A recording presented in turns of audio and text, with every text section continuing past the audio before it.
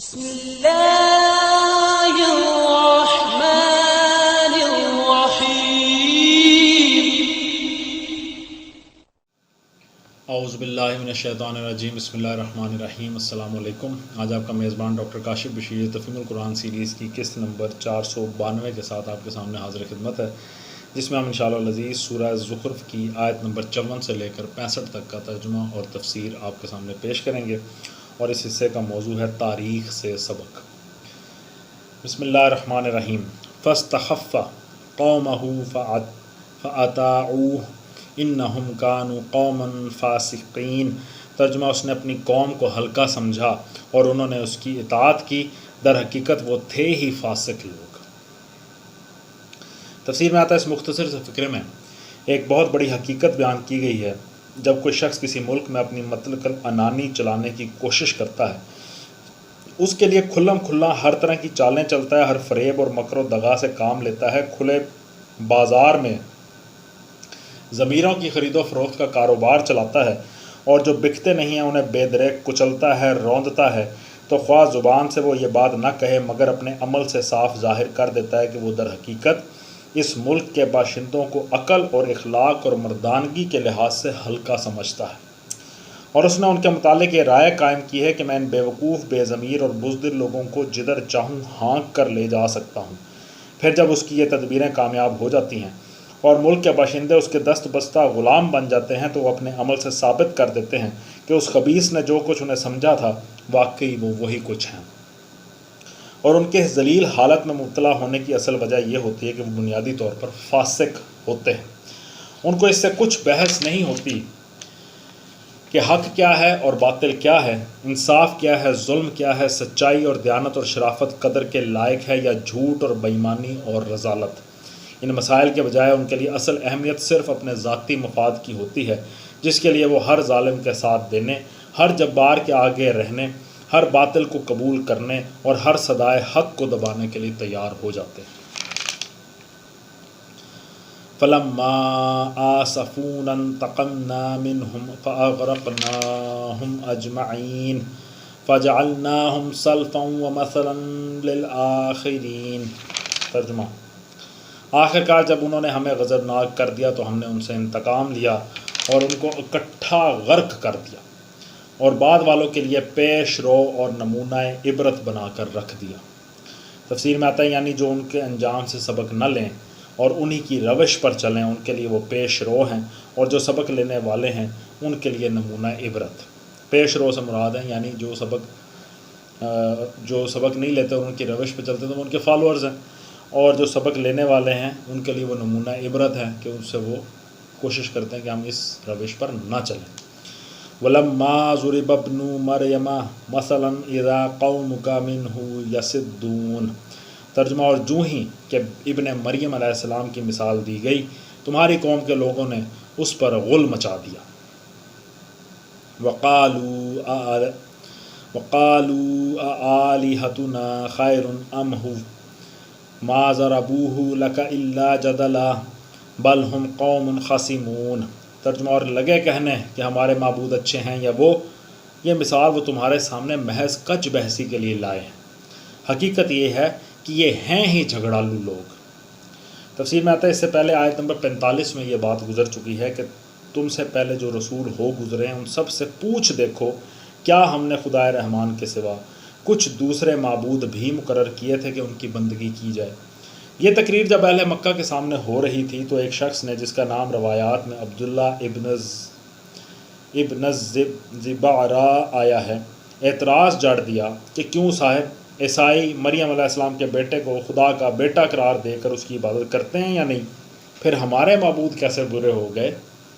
اس پر کفار کے مجمع سے ایک زور کا کہکہا بلند ہوا اور نعرے لگنے شروع ہو گئے کہ وہ مارا، پکڑے گئے، اب بولو اس کا کیا جواب ہے۔ لیکن ان کی اس بےہودگی پر سلسلہ کلام توڑا نہیں گیا، بلکہ جو مضمون چلا آ رہا تھا پہلے اسے مکمل کیا گیا اور پھر اس سوال کی طرف توجہ کی گئی جو معترض نے اٹھایا تھا۔ واضح رہے کہ اس واقعے کو تفسیری کتابوں میں مختلف طریقوں سے روایت کیا گیا، جن میں بہت کچھ اختلاف ہے، لیکن آیت کے سیاق و سباق اور ان روایات پر غور کرنے کے بعد ہمارے نزدیک واقعے کی صحیح صورت وہی ہے جو ابھی ہم نے بیان کی ہے۔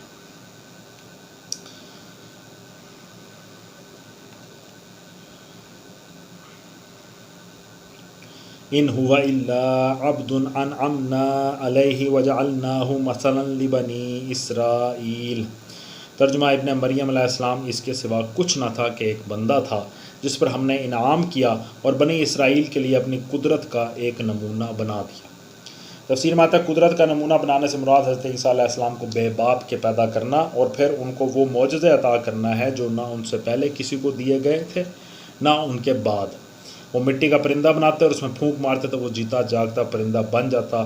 وہ مادرزاد اندھے کو بینا کر دیتے، وہ کوڑھ کے مریض کو تندرست کرتے، حتیٰ کہ وہ مردے کو جلا دیتے تھے۔ اللہ تعالیٰ کے ارشاد کا منشا یہ ہے کہ محض اس غیر معمولی پیدائش اور ان عظیم معجزات کی وجہ سے ان کو بندگی سے بالا تر سمجھنا اور خدا کا بیٹا قرار دے کر ان کی عبادت کرنا غلط ہے۔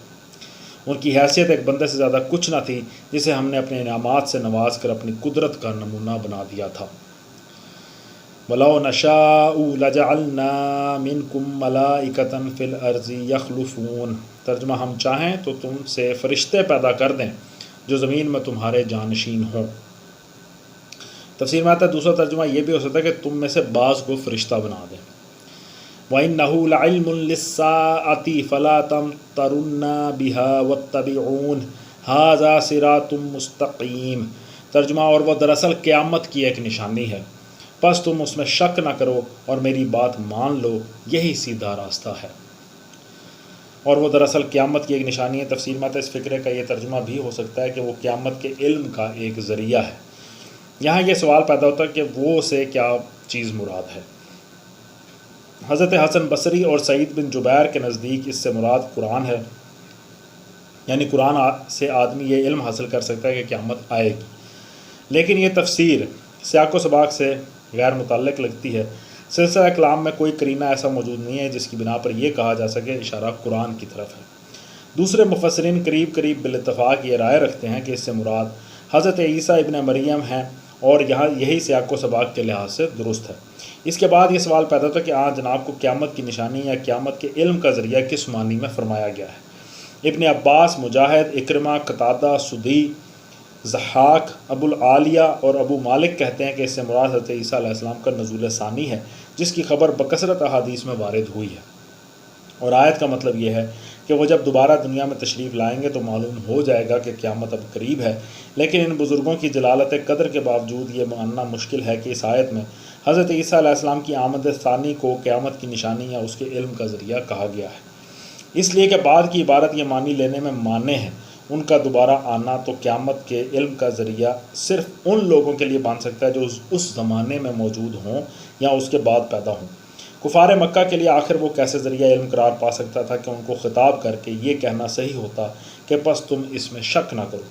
لہٰذا ہمارے نزدیک صحیح تفسیر وہی ہے جو بعض دوسرے مفسرین نے کی ہے کہ یہاں حضرت عیسیٰ علیہ السلام کے بے باپ پیدا ہونے اور ان کے مٹی سے پرندہ بنانے اور مردے جلانے کو قیامت کے امکان کی ایک دلیل قرار دیا گیا ہے، اور ارشاد خداوندی کا منشا یہ ہے کہ جو خدا باپ کے بغیر بچہ پیدا کر سکتا ہے اور جس خدا کا ایک بندہ مٹی کے پتلے میں جان ڈال سکتا ہے اور مردوں کو زندہ کر سکتا ہے، اس کے لیے آخر تم اس بات کو کیوں ناممکن سمجھتے ہو کہ وہ تمہیں اور تمام انسانوں کو مرنے کے بعد دوبارہ زندہ کر دے۔ وَلَا يَصُدَّنَّكُمُ الشَّيْطَانُ إِنَّهُ لَكُمْ عَدُوٌّ مُّبِينٌ۔ ترجمہ ایسا نہ ہو شیطان تم کو اس سے روک دے کہ وہ تمہارا کھلا دشمن ہے۔ تفسیر میں آتا ہے یعنی قیامت پر ایمان لانے سے روک دے۔ وَلَمَّا جَاءَ عِيسَىٰ بِالْبَيِّنَاتِ قَالَ قَدْ جِئْتُكُمْ بِالْحِكْمَةِ وَلِأُبَيِّنَ لَكُمْ بَعْضَ الَّذِي تَخْتَلِفُونَ فِيهِ فَاتَّقُوا اللَّهَ وَأَطِيعُونِ۔ ترجمہ اور جب عیسیٰ علیہ السلام سری نشانیاں لیے ہوئے آیا تھا تو اس نے کہا تھا کہ میں تم لوگوں کے پاس حکمت لے کر آیا ہوں، اور اس لیے آیا ہوں کہ تم پر بعض ان باتوں کی حقیقت کھول دوں جن میں تم اختلاف کر رہے ہو، لہٰذا تم اللہ سے ڈرو اور میری اطاعت کرو۔ ان اللہ هو ربی و ربکم فاعبدوہ ھذا صراط مستقیم۔ ترجمہ حقیقت یہ ہے کہ اللہ ہی میرا رب بھی ہے اور تمہارا رب بھی، اسی کی تم عبادت کرو، یہی سیدھا راستہ ہے۔ تفسیر میں آتا ہے یعنی عیسیٰ علیہ السلام نے کبھی یہ نہیں کہا تھا کہ میں خدا ہوں یا خدا کا بیٹا ہوں، اور تم میری عبادت کرو، بلکہ ان کی دعوت وہی تھی جو دوسرے تمام انبیاء علیہم السلام کی دعوت تھی، اور اب جس کی طرف محمد صلی اللہ علیہ وآلہ وسلم تم کو بلا رہے ہیں۔ فاختلف الاحزاب من بینہم فویل للذین ظلموا من عذاب یوم علیم۔ ترجمہ: مگر اس کی صاف تعلیم کے باوجود گروہوں نے آپس میں اختلاف کیا، پس تباہی ہے ان لوگوں کے لیے جنہوں نے ظلم کیا ایک دردناک دن کے عذاب سے۔ تفسیر میں آتا ہے یعنی ایک گروہ نے ان کا انکار کیا تو مخالفت میں اس حد تک پہنچ گیا کہ ان پر ناجائز ولادت کی تہمت لگائی اور ان کو اپنے نزدیک سولی پر چڑھوا کر چھوڑا۔ دوسرے گروہ نے ان کا اقرار کیا تو عقیدت میں بے تحاشا غلو کر کے ان کو خدا بنا بیٹھا، اور پھر ایک انسان کے خدا ہونے کا مسئلہ اس کے لیے ایسی گتھی بنا جسے سلجھاتے سلجھاتے اس میں بے شمار فرقے بن گئے۔ صدق اللہ العلی العظیم۔ الحمدللہ آج ہم نے سورہ زخرف کی آیت نمبر 65 تک کا ترجمہ اور تفسیر آپ کے سامنے پیش کرنے کی کوشش کی ہے۔ اللہ تعالیٰ سے دعا ہے کہ اللہ تعالیٰ ہمارے پڑھنے کو اور آپ کے سننے کو قبول فرمائے، اور اللہ تعالیٰ کی ہر نعمت کا، ہر رحمت کا، ہر آسانی کا، ہر اس توفیق کا جس کی بدولت ہم کوئی نیک عمل کرنے کے قابل ہوتے ہیں، ان تمام رحمتوں کا، نعمتوں کا لاکھ لاکھ شکر ادا کرتے ہیں، اور اللہ تعالیٰ سے دعا ہے کہ اللہ تعالیٰ ہماری ناشکریوں سے درگزر فرمائے۔ اسی دعا کے ساتھ آپ سے اجازت چاہیں گے۔ اپنا بہت خیال رکھیں۔ آپ لوگوں کا بہت بہت شکریہ۔ اللہ حافظ۔